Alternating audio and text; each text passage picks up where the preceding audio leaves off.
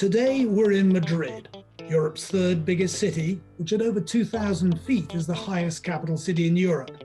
And snows have recently fallen, and some Madrileños have been skiing between the Prado and the Plaza Mayor. And apart from Real Madrid Football Club being named as the world's most successful football club of the 20th century, Madrid's history, culture, and education imbue it with great richness. And of course, then there's the nightlife. Ernest Hemingway, in his novel Death in the Afternoon, noted, nobody goes to bed in Madrid until they've killed the night. They stay up late, but they get up late. That's not nightlife. That's delaying the day. But this afternoon, I'm joined by Santiago Iñiguez de Onzoño, president of IE University, which for 3 consecutive years has topped the global league tables for online education, and whose business school is one of the world's top 10. He is one of the 500 global LinkedIn influencers and has been portrayed by the Financial Times as one of the most significant figures in promoting European business schools internationally. He was the first European to be appointed as Dean of the Year by the world's leading business school publication, is a professor of strategic management, holds a degree in law, a PhD in moral philosophy and jurisprudence, an MBA from IE, and is the author of 5 books, including How Business Schools Are Reinventing Education, and co-editor of Business Despite Borders, Companies in the Age of Populist Anti-Globalization. So as Benjamin Franklin said, an investment in knowledge pays the best interest. Señor Santiago de Onzoño, bienvenido a Money Podcast. Es un gran placer tenerte aquí hoy. Thanks so much, Simon, and thanks very much for welcoming me in Spanish and for your very nice introduction about our home city, the home of our university, IE University here in Madrid. So thanks very much for inviting me. Pleasure. Let's start with your upbringing. Tell us a little bit about your upbringing and your education. Well, if I look back, I don't have the sort of orthodox education from an academic standpoint. You know that academics normally are trained in a very linear way. So if you pick, for example, a professor of finance, they should have a PhD in finance, publish in financial journals, and be related with other financial peers. I actually have, as you mentioned, a PhD in moral philosophy, a degree in law, and then I did an MBA, worked as a consultant. So I have done many different things. I have enjoyed most of them. But I guess that this very diverse background has provided me with the opportunity to learn more about people and probably put into practice many of the things that I've implemented over the past 30 years at IE Business School first, and then when we created IE University at the 5 schools that we currently run. So I'm passionate about education. I truly believe that education is the major engine in order to make our world more fair, more just, more equal. And of course, education is the way how people can actually become what they envision, what they dream about doing, how they can actually achieve their own dreams and goals. So you were a consultant, but you drifted into education. Now, did you actually drift, or was it part of a master plan? No, I guess it was a call since I was a child, actually. I tortured my siblings, teaching them when we were all 6 years old or 8 years old. I picked the books that we had at home, particularly those we had 2 copies of some of them, including one by Sigmund Freud. So I distributed, the books and asked them asked my siblings what they thought about some particular statement. And since I realized about how engaging is education, how much you can learn, not just by preparing your sessions and doing research and trying to convey the sorts of knowledge that you develop, but also how much you can actually learn from your students. Many people don't realize that education is actually a 2-way of learning. And sometimes we learn more from our students than the other way around. So let's turn to the IE Business School. And to set the stage, IE is ranked as one of the world's top 10 business schools, as I mentioned, and its online MBAs have been ranked number 1 in the world by the FT and Economist for 3 consecutive years. So maybe let's just start on a little recap on the history and the evolution of IE. Sure, and I've been very lucky to work with the IE founder, Diego del Alcázar Silvela, who created IE Business School first, almost 50 years ago when he was only 23 years old. He was an entrepreneur and then joined some other entrepreneurs and created the first business school then in Madrid. He had a vision from the very start of building up an internationally oriented, cosmopolitan, entrepreneurial education center. And in fact, IE Business School first, and then IE University has educated most of the CEOs now running large corporations here in Spain or in Latin America or increasingly in the rest of the world. We have also contributed to disseminate the entrepreneurial culture across many different places. We currently run, for example, more than 28 venture days across the world in major capital cities.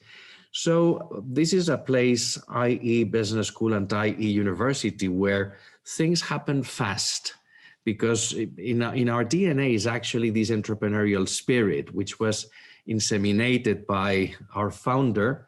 And if you ask and if you meet the people who work here at IE, you will find very quickly this entrepreneurial spirit. The FT, the Financial Times, once described us as a group of young people in a hurry, because we had a sense of mission.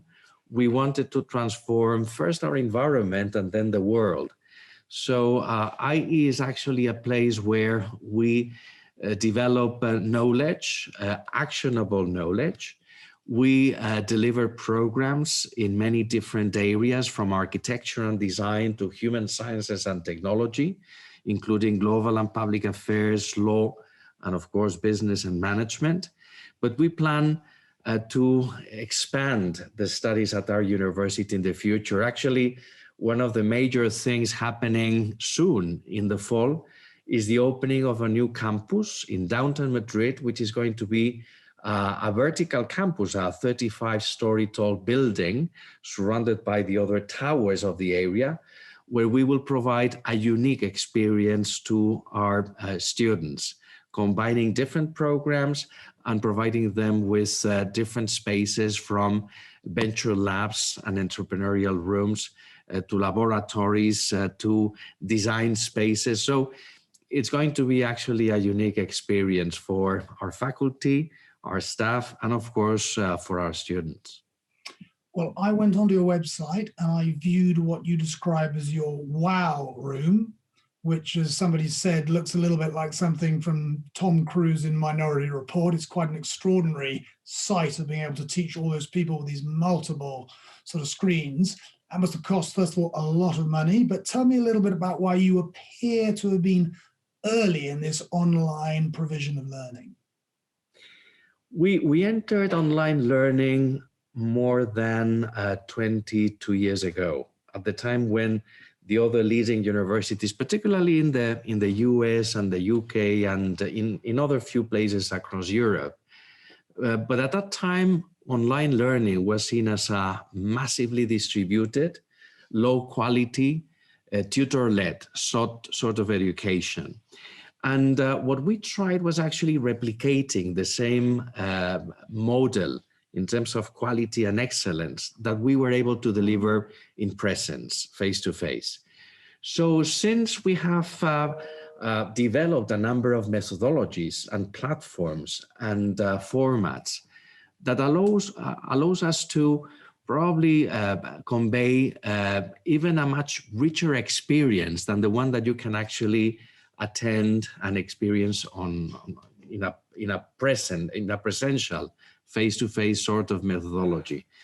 And we have discovered also that participants using these sorts of blended hybrid formats develop many more skills than just the ones that they put in practice in a traditional classroom setting. Let me just put you an example.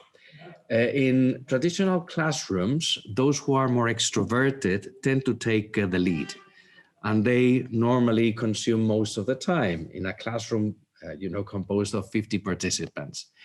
Whereas in a blended setting, in a hybrid format, those who are more introverted, but most of the times more creative and innovative, can actually participate more often. They interact in asynchronous formats, in chats, in fora. And the result, the aggregated result in teams and in the class is much richer. The discussion is deeper. The learning is much higher. So the results, both for the group as well as for participants, are much more better than in traditional settings. Of course, I mean, technology, I always say, is a way to humanize education, to personalize the learning process. So this is what we have discovered over the past 22 years of practicing these hybrid formats. So a new campus, physical, is being established, a robust online presence. Some might say, is there a contradiction? And I'm going to quote Professor Neil Ferguson, who came on the show in December, and in a fascinating conversation, one of his quotations was, "You do learn better in proximities to one another in social networks, as well as in hierarchies of pedagogy, but we can definitely make the university of the 21st century much better than it currently is." So if we just break that into two components, how do you think about those two elements? It's very nice that you mentioned Neil Ferguson, since I've met him a number of times, and we had a very interesting discussion last time he was in Madrid about the effects of how internet and searches through Google and some other search engines condition and bias sometimes the findings in academic research. But having said this, let me just argue, with virtually with Neil Ferguson. And in our experience, hybrid formats and these sorts of blended education stretches the learning process and enhances the whole quality of learning. It puts into practice many more different skills in participants. Of course, we all need to put into practice at some stage what I call animal feedback. I mean, you need to be in the same room and even smell and breathe, the same air in order to share experiences, because education is a social activity, and it requires this social and physical interaction.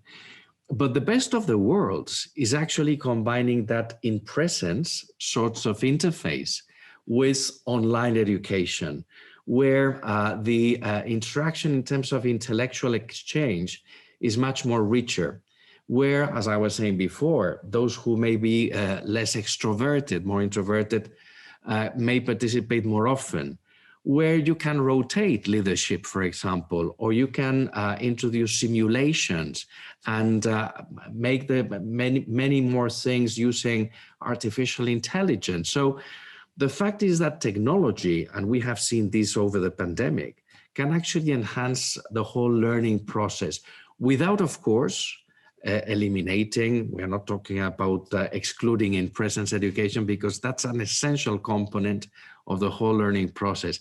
The idea is actually to take out the best of technology and bring it into the learning process. So if virtual education is growing inexorably, courtesy of communications, dispersed populations, rethinking, how do you think about how it gets priced?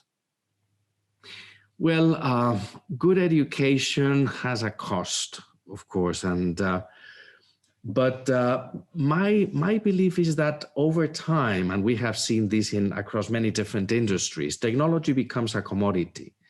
So actually, the use of technologies across many different activities in the education experience and process is not going to enhance, to increase the cost of education. It's not going to increase tuition. Rather, it will probably make some processes that are tedious become much better solved for the faculty, for the professor, for example, in the assessment process, in evaluating the work of their students.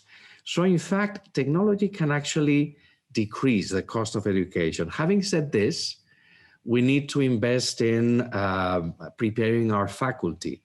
And I don't think that teachers are replaceable by technology. Robots won't replace our faculty ever. And this was said actually by Bill Gates. So what I believe is that technology will make the whole learning process much richer, much more personalized, more human, more entertaining, and in time, of course, less costly and more accessible for sure. I think it was Malcolm X who said, education is the passport to the future, for tomorrow belongs to those who prepare for it today. And as people grapple with the costs, both undergraduate and MBA, how do you advise them? How should they think about that trade-off, that cost-benefit trade-off, given these costs, which are unlikely, I would argue, to fall? Sure, and we need probably lots of initiatives, public and private, in order to finance tuition and to provide accessibility to the entire world. No, in our experience, actually, students combine a number of resources in order to face sometimes costly tuition. They may ask for loans that in time, they may return to the lending institutions. Then they may reach out to foundations and to platforms that provide also scholarships. And also universities provide scholarships themselves. In our experience, for example, many of our students coming from Latin America, Africa, Asian countries or underdeveloped regions do normally combine these three different sources: scholarships, loans, and our own support from IE Foundation. So I was intrigued to read a study that showed that a growing number of accountancy firms are hiring people straight from school versus university because they found greater work ethic, higher expectations of their ability to deliver, all sorts of sort of a series of virtuous things, slightly counterintuitive. And I wonder whether there's a danger sometimes that the MBA itself, and many of our listeners on the Money Made podcast think about MBAs, they think about CFAs, but I wonder whether there's an element, in which the downside of the MBA is a set of expectations that, to put politely, may be premature, and to put less politely, may be inappropriate. Well, that's a recurrent criticism, that is targeted at MBA programs and at large, formal education. And there's some entrepreneurs whose opinions are respectable, but I don't share, which encourage youngsters to jump into the job market without passing through universities. And I guess that's an error, because you're actually missing an essential part of your personal development and education that you cannot actually get at a company. I mean, at university, our students not just get prepared for jumping into a particular job, they also get this exposure to the humanities and to knowledge that otherwise that they won't get. I mean, the purpose of universities is preparing very good professionals, but also very good citizens and people who are knowledgeable of different cultures. And I'll go to your point about MBAs. I mean, the fact is that our graduates at IE Business School, for example, are hired by leading tech companies, including our first recruiter is Amazon, followed by Google and some other of the leading tech companies, which shows that MBA graduates are still very much on demand. But a high percentage of them, particularly in these circumstances of crisis, have decided to become entrepreneurs, which again contradicts another criticism made by some that say that MBAs are not made for entrepreneurs. Well, it depends very much which MBA you pick. There are schools that convey traditional MBAs, and there are some other schools that are aimed at training and preparing entrepreneurs. And IE Business School, our mission is actually trying to prepare these sorts of professionals or entrepreneurs. Well, I can't resist asking you that question, because this is a competitive landscape. I did an advanced management program at INSEAD. We have LBS, We know the US schools that are very highly regarded. How do you think about that competitive dynamic? And particularly within Europe, your mission presumably is to be and remain number one. And so how do you think about that? Right.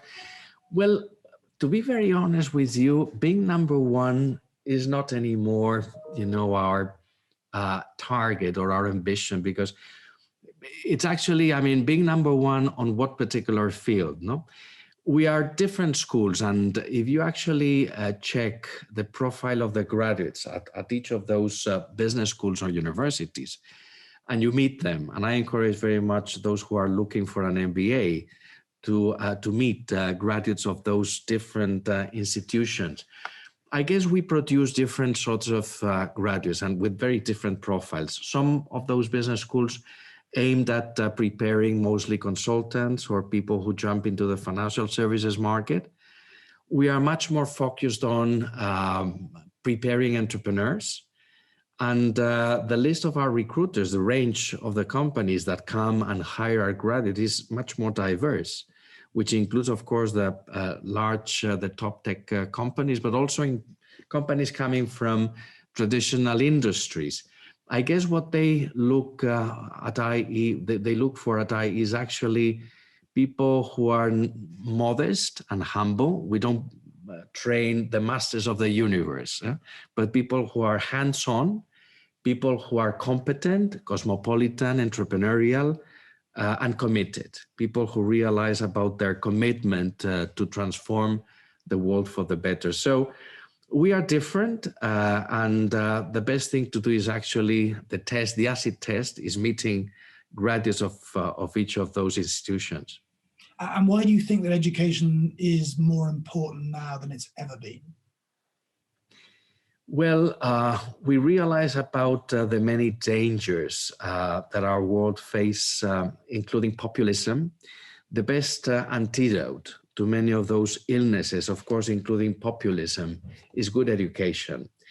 If people are trained to become more critical, to question some of those fake news that they are served through social networks, if people realize about the differences across cultures, and they become prepared in order to run cross-cultural teams, to respect diversity and to embrace diversity.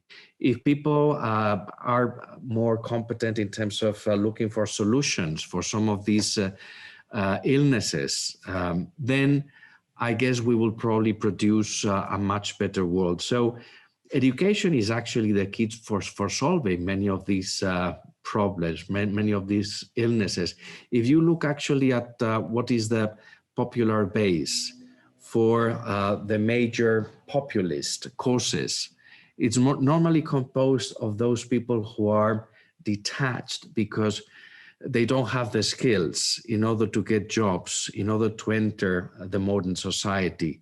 They don't have the digital preparation for working in one of those tech companies, or they have lost their entrepreneurial verve, or they are just, they feel not part of the current society. And education is something very much needed in order to overcome this. This is why I very much recommend that people consider coming back to school every 5 years. We need to update our knowledge and polish our skills. That's very, very well made point. And we're going to come back to later education in midlife a little later on. But just tell me a little bit about the business model of educating. Some of the great institutions that we know of, and we did an interview recently with the Endowment of Oxford University, been around for, as we know, 1,000 years and are richly endowed. But just tell us a little bit about how the business dynamics work for running a university like IE. Right. Well, there's a number of things which are very distinctive. For example, the diversity that you may find at our university. We have over 135 different nationalities on campus without any particular culture group having a dominant share. This means that you may learn from many different visions and conceptions of the world. We also have a very good balanced gender diversity, but we also encourage people to explore different visions of what is the good life, and of course embrace different vital decisions that are reflected, for example, in sexual preferences. So our campus is actually a place where people realize about the difference among students and among people. And that is part of the learning process. This doesn't, of course, exclude the clashes, cultural clashes. It's part of the learning process. This is not a place where people don't talk about what happens in the real world. We need to raise the hot issues that are cause of debates across the world. And this happens in class and outside class. But beyond this, of course, what we very much encourage is respecting the other, of course, accepting a number of conventions, because convictions sometimes may be very different, very distant from each other. So this is a very basic element, core element of the whole learning process, which is also reflected in the contents of teaching, diversity at large. Then, of course, entrepreneurship is also one of the core parts across all subjects, all courses, whatever you teach and learn. And then the humanities is also a common part of the whole learning. In addition of acquiring those competencies that are required by the job market in order to perform successfully at any particular job, we believe that by instilling this sense of the importance of the humanities, we actually develop much better citizens. Let me just put an example. By, for example, studying the arts or architecture, as architects do, financial analysts may become much more observant. You know how architects look at a piece of art or at a building. They dedicate some time in order to see what is the impact of the light or the water or the angles or the design or the style.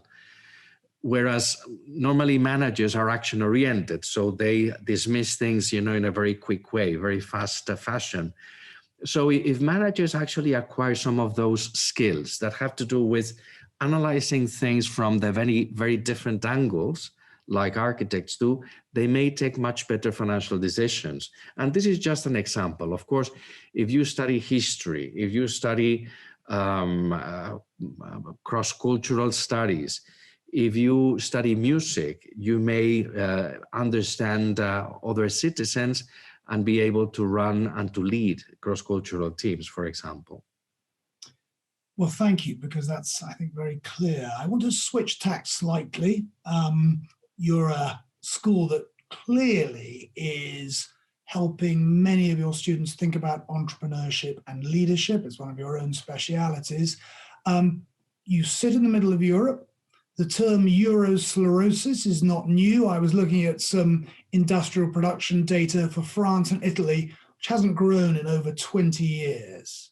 And we had on the MoneyBiz podcast Sir Xavier Rollet, who was extremely critical and persuasive about Europe's reliance on debt, particularly debt funding for companies. And that's one of the impediments to producing the Googles and Amazons of this world. So I wondered how you thought about that, and whether the absence of labor reforms, some of the rigidities are all so structurally embedded that you are there teaching bright young people, but in fact they may disappear off to other countries where flexibility and entrepreneurship is more easily rewarded. And I guess you are very right about the need of a number of structural reforms across many European countries. At the same time, to be very honest, Europe has been the reference for social services and social coverage. So we shouldn't actually throw everything away in the process of updating and adapting our institutions to the modern world. I guess there's a good number of systems and institutions that need probably an update. Let's look, for example, at the pensions system. As you know, it was created in the 19th century at the time of the Prussian Wars, where when actually the soldiers got back, to their home cities, and they needed a social system for covering, all their illnesses and malaises coming back from the war. Well, now people live beyond 80, and the life expectancy is going to be extended over the next year. So being retired, for example, doesn't make sense anymore, at least in the traditional fashion that we all understand by retirement. I mean, getting to a paradise and then receiving a pension. This is not conceivable anymore. And it's a sort of institution that very few politicians or people, in the public arena want to deal with. So this is just an example. We also need to revisit many other institutions in order to improve our democratic processes and the quality of life, and enhance actually human rights across all our societies. But having said this, I'm a true believer in integration, global integration, and I'm sure that we can actually implement many of these challenges in a much better way together under a European umbrella than just, from a national perspective or a local point of view. No? So what I believe is that despite all the populist or nationalist movements that we see, in time, we will also attend, again, a process of integration. I'm a true believer in the UK, coming back probably in 10, 15 years' time, coming back to Europe. I feel very much myself attached to the UK, and I was trained there. So I very much consider, myself being at home in Oxford or in London, and the UK is part of Europe as well. So I very much believe in global integration, in all the benefits and positive consequences of joining forces and building up institutions for the benefit of all. So you've been teaching for a long time. Would you say that the student body over the last 2 decades has become more entrepreneurial in thinking and outlook? Absolutely.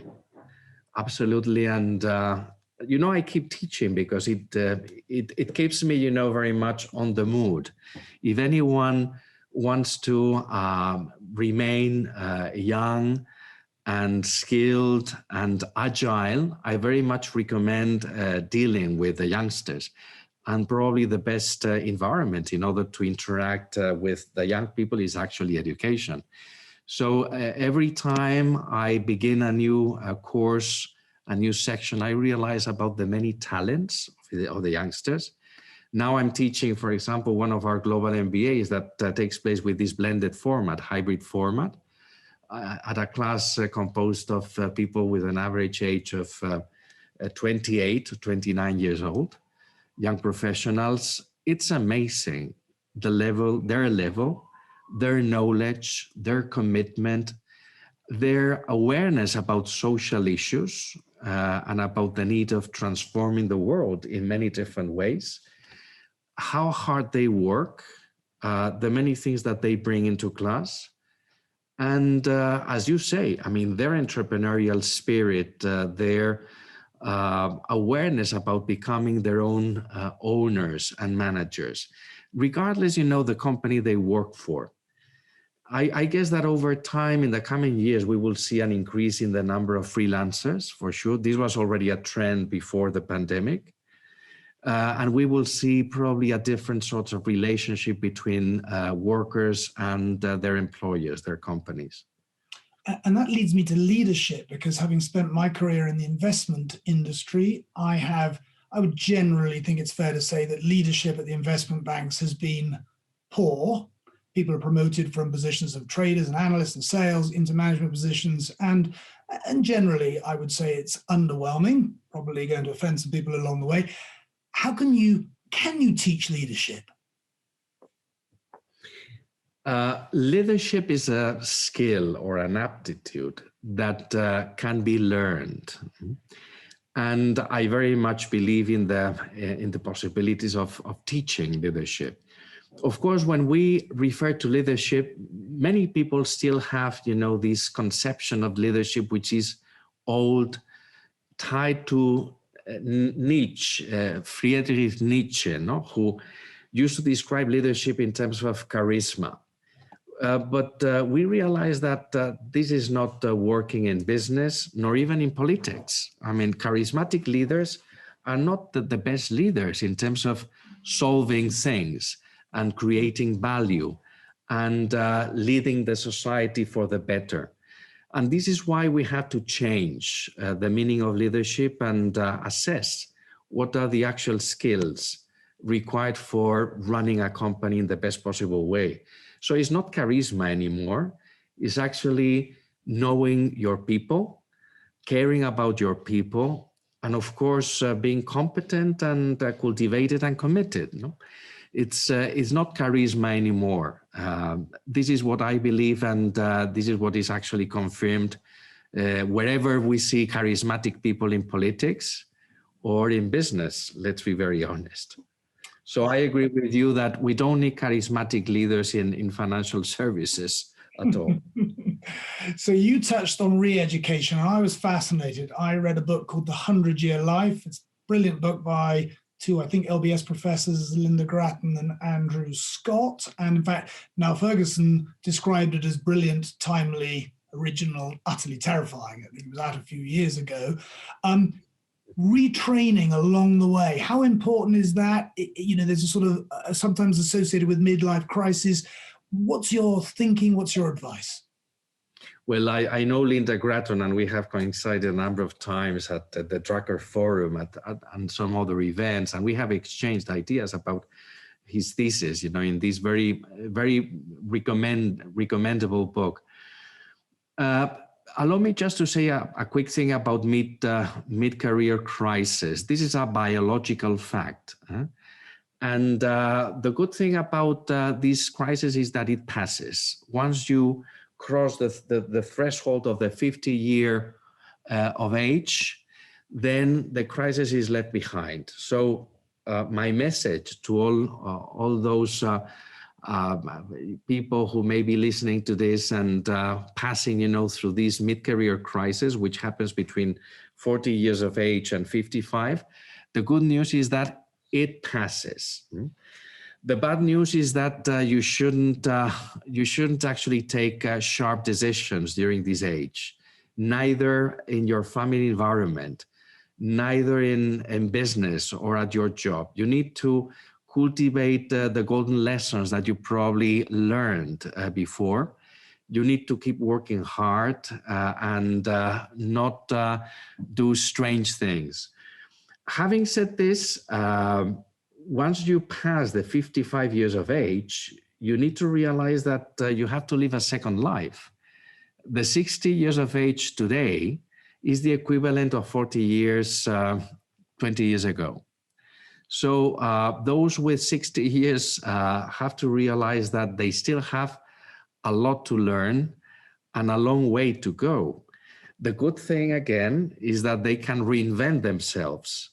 They can start a second career. They may have the resources, the savings, they have the network, they have the knowledge, and probably the ambition to do something different. They may become entrepreneurs. They may devote themselves to the courses that they dreamed when they were youngsters. But for sure, what they can't do today is, think about the conventional retirement in a sandy beach, just cutting your coupon from the pension plan. So this is the sad thing for those dreamers who were thinking about surfing with 70 years of age, is that this is not possible anymore. But the good news is that you can still do lots of things in this second life that we are all given as a gift, actually. So the good news, I think, for me is I've had my midlife crisis, and it's led me into podcasting. So hopefully I can hang in there for a little bit longer. But you made a point a few minutes ago, which is that people should get re-educated every 5 years. Now, how? Well, there are many ways. Of course, education is a sort of continuous task, and we shouldn't wait for 5 years, to keep reading or to keep learning. And learning is something that we can practice on a daily basis. There are many ways now, and technology provides lots of access to ways of keeping your knowledge updated and practicing your skills. But how can you actually update in a more radical way those very much needed knowledge and skills? Where getting back to school, if our listeners and readers are going to live over 130 years of age, they have to realize that they will probably experience 3-4 different careers. Sometimes, they will go through radical changes. They may have to change companies, maybe get 3 different degrees.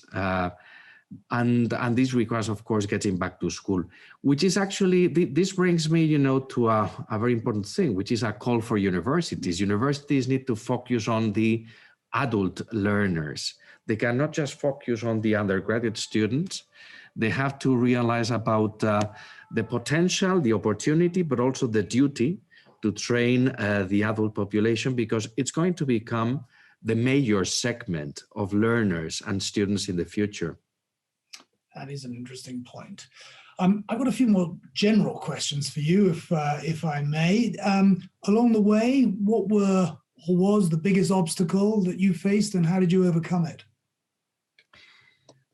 To be very honest, I've been very lucky, because even if sometimes I faced major obstacles, over time you tend to diminish the importance and the challenge that they represented. So normally challenges come from personal things. But if you realize that by talking, by understanding people, and using, a recommendation coming from a British philosopher, female philosopher, Iris Murdoch, she explained that the only way of knowing others is actually loving them. If you actually focus on some particular person that you may hate, and then see that person from the best light, realize about their virtues, their positive things, and every day you try to enhance one of those positive virtues or angles, then you end up loving that person. And what she explained is that the only way to fully know another person is actually loving that person. So this is a piece of advice that I guess is recommendable for all managers and for all people engaging with others at work. You need to come to love your colleagues and your subordinates or your bosses, if this is possible, because the only way of fully knowing them is actually loving them. So probably the obstacles that you were asking about, challenges and obstacles, always come from misunderstandings or lack of awareness or things that are seen in a different light, rather than real obstacles, because the real challenges are very easy to overcome. Now, in this last 12 months of COVID, what have you running this institution got right, and what would you do differently? Probably, the lockdown and the pandemic has been an opportunity for me to reach out to many more people than the people that you normally deal with in normal life. Because technology, one of the advantages is that you can actually set meetings every 30 minutes without moving from your office. So it has been an opportunity for me to reach out to many more people than in normal life. Probably what I would have done differently is maybe taking more care about everyone. We sometimes don't realize about the need of the the human touch. And technology still, going back to our discussion before, doesn't yet provide this warmth, this animal feedback that you have, in physical interface. So probably what I would have done, in addition of being, very active and diligent in arranging meetings and dealing with working things, would have been, dealing more with social initiatives and personal interaction, talking more on the phone. Maybe, we had time over the lockdown, and sometimes just talking on the phone, spending time talking about casual things would have been, something very much important and missed. Good old-fashioned phone call without a video interaction has its merits. When you are lecturing, when you are listening to students who come to seek your advice, and they come to that thorny issue of two types of jobs, call it consultancy or finance, it may be, Amazon versus Google. How do you approach the answer? How do you try and help them? It's very much dependent on the likes and the ambitions and the spirit and the whys of the people who come to me with that question. There's people who are very well prepared for becoming consultants and who are passionate about advising and realize about the career of a consultant or the need of improving financial services. And they enjoy analyzing the value of a company. Whereas on the other hand, you realize that people want to do things and become entrepreneurs or transform their environment. They have an idea of business. So it very much depends on each participant, each student. And I very much encourage them to seize their dreams and to do what they think they are prepared for, and they can be the best at performing that particular job. It's about passion, it's about preparation, it's about option, and it's about learning again, because even those who may not be prepared, they can learn a lot once they decide, to start a new career. Now, if you had the luxury of sitting in a lecture theatre and listening to two professors, lecturers, either dead or alive, who would they be? Well, I guess maybe Socrates would have been, because he was, we read those dialogues written by his disciple Plato, and we realize that almost everything that has become the major issues in modern philosophy is already there.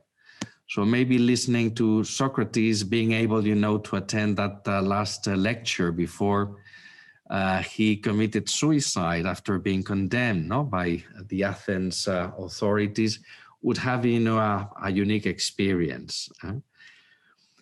And then I guess we are lucky today because we can actually have access to the lectures of many wise people, excellent lecturers, the top professors at leading universities. So we are very lucky because of that access. No? So I guess I would pick that, but of course I would have loved, to meet many other people. I was very lucky because I was able to attend the seminars and the classes of top philosophers at the University of Oxford in the mid-'80s, when it was actually the mecca of moral philosophy. Everyone who published something important at that time was actually teaching at Oxford. And I was very lucky to be there and attending their lectures and listening firsthand about their ideas and commentaries. But anyway, again, I insist we learn sometimes even more from our students than from our masters or what they learn from me. So learning is actually something that happens every day, not just in class, but elsewhere, at home, from your children, from your friends, from your colleagues in your vicinity, with your neighbors. So it's very important to remain open for learning. So I've got two final questions. What's your ideal day when you're not teaching and you're not at the business school? It's normally with friends, but I also enjoy very much writing and reading. I mean, I dedicate at least one day every weekend, to get concentrated and writing, producing one of those pieces that I release through LinkedIn or that I compile afterwards in my books. So writing, reflecting, and reading is something that I very much enjoy. But of course, being with my friends, exchanging views, discussing about current things is something that I also enjoy, really enjoy. And post-COVID, you can go to any restaurant, anywhere. Well, where would it be? I have to say, we are lucky here in Madrid, because when I talk to my colleagues at some other major European capitals, I realize that probably life in Madrid these days, with a low incidence of contagion, is probably much better in terms of social life than in many other parts in Europe or in the US. Well, which restaurant? There's lots of places, here in Madrid, but there's probably a favorite of mine is a place which is very close to our campus. Abarra is the name, where they change the menu almost every other week. It's Nouvelle Cuisine. They have excellent quality. And I bring, of course, the top visits, I have to say, who come to IE campus. But again, there's lots of places where you can actually enjoy food, company, good wine, not just here in Madrid, but in London, in Paris, of course, in Rome, in the US. I normally spend time whenever I visit and travel overseas, spend time with friends over a lunch or a dinner, because that's a sort of relaxed conversation where many things happen and come, over the discussion. Well, that's been a really fascinating and, for me, eye-opening conversation. I'm going to take away a few things: that the hybrid model of education, which we maybe thought was accidental, has much more to it in absorption and in sharing, and maybe not perhaps in intimidating some of the pupils the way that a fully live education has. I'm also going to take your point about leadership, that so many associate with charisma, but in fact is much more nuanced, than that. And that finally, vice chancellors in the UK case, but leaders of universities, need to think about the new and important market of adult learners, just as we adults need to think about, our retooling and re-equipping. So, well, Santiago, I'm going to finish with George Orwell. I started with Hemingway, and George Orwell said, "I would sooner be a foreigner in Spain than in most countries. How easy it is to make friends in Spain." Well, maybe for some listening today, they're going to contemplate some education at IE in the great city of Madrid. So thank you so much for sharing an hour with us and telling us so much of which was certainly new to me. Thank you, Santiago. Thanks so much, Simon, and congratulations for this series.